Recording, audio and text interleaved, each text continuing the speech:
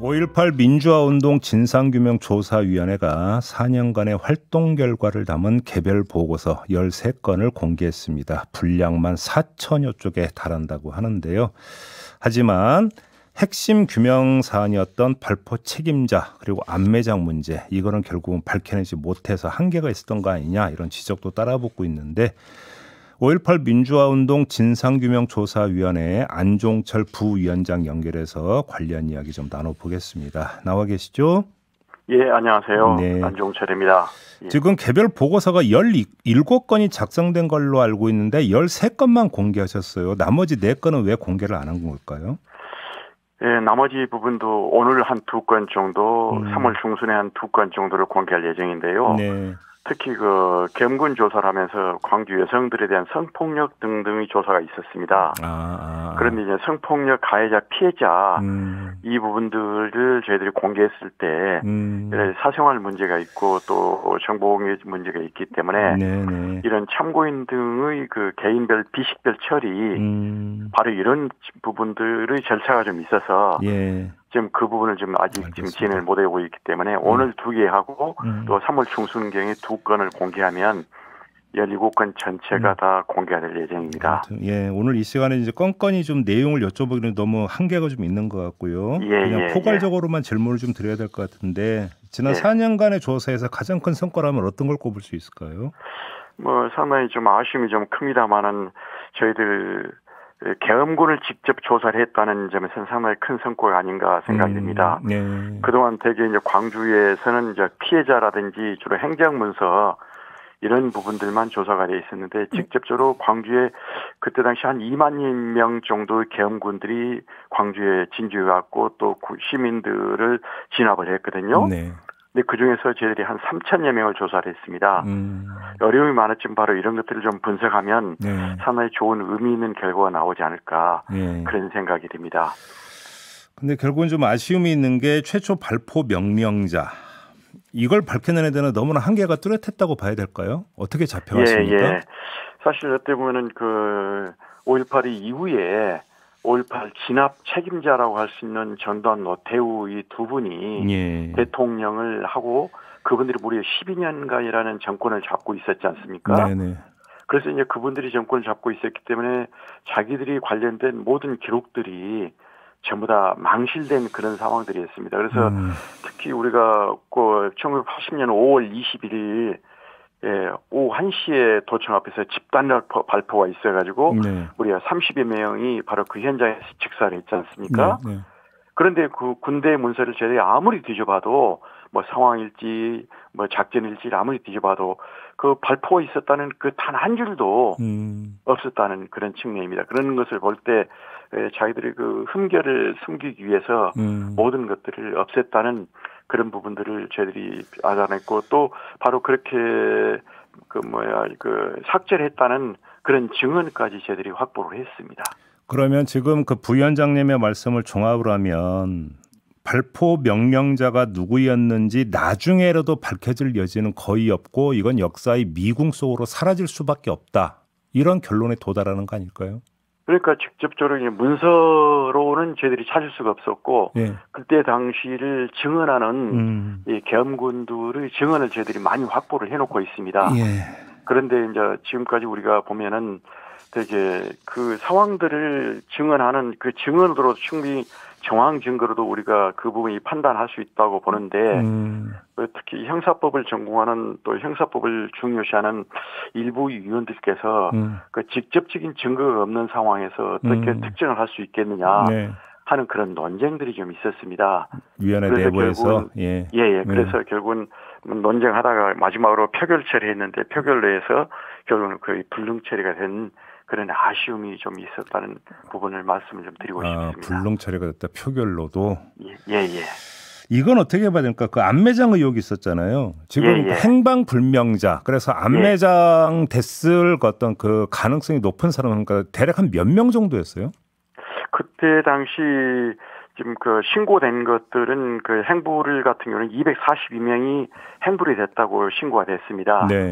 그런데 저희들이 이제 확인해 보게 되니까 뭐 신원 확인되는 것이 9명 정도, 또 관련 없음이 되는 한 53명 정도, 그래서 행방불명자는 179명 정도 행방불명이 됐다는 것을 저희들이 확인을 했고요. 그러면 안매장 가능성이 높은 사람들이 되는 거잖아요, 이 사람들이. 예, 그렇습니다. 그리고 직접 안매장을 했다는 계엄군들을 저희들이 많은 사람들을 저희들이 조사를 했고 그분들이 증인을 좀 확보를 했습니다. 예, 그래서 이제 본인들이 직접 안매장 또는 가매장을 했다는 그 현장에 대해서 저희들이 직접적으로 발굴을 조사를 좀 했는데 이 21곳에 대한 조사를 좀 저희들이 많이 했습니다. 그런데 이미 그 이후에 아까 말씀드렸다시피 12년간이라는 그 정권을 잡는 동안에 중간 처리를 했는지 그 21곳을 조사를 해보게 되니까 대부분 건축 폐기물이라든지 쓰레기라든지 바로 이런 것만 묻어 있어가지고 중간 그 계엄군이 직접 여기다 묻었다고 직접 자기들이 지적을 했는데 판했을 때 그런 것들이 나온 것을 보고 중간 처리를 좀 했지 않느냐. 그럼 중간 처리라는 게 일단 그 최초로 이제 가매장 내지 안매장을 했다가 나중에 이제 그 유고를 다시 다른 데로 옮겨버렸다 이런 이야기가 되는 거잖아요. 예, 그렇습니다.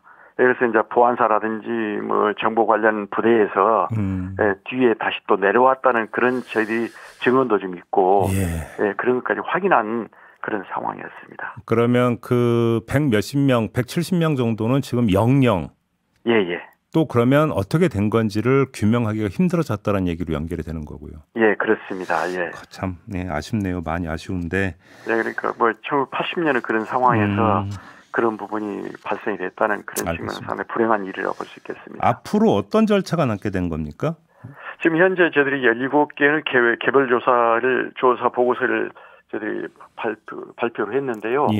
이것을 중심으로 해서 저희들이 종합보고서를 작성을 6월 말까지 하게 됩니다.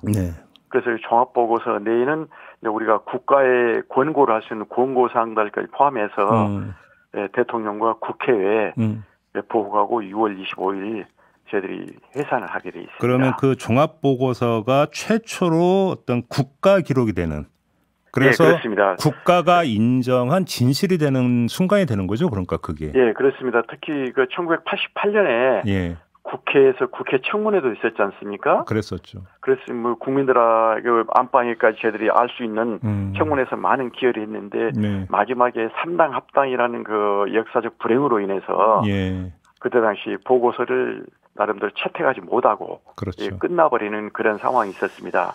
그러니까요. 그래서 이번에 저희들이 이제 발표하게 되는 이번에 그 조사 보고서가 국가에서 처음으로 작성한 보고서고 바로 이것이 가장 공신력 있는 조사 보고서가 아닐까 하는 그런 생각들을 좀 해봅니다. 근데 아주 단순하게 그렇게 이제 그 국가공인조사 종합보고서가 채택이 되면 뭐 이래서 뭐 광수라든지 이런 뭐 말도 되지 않는 주장은 이제 더 이상 안 나올 거라고 그렇게 믿으십니까, 위원장님?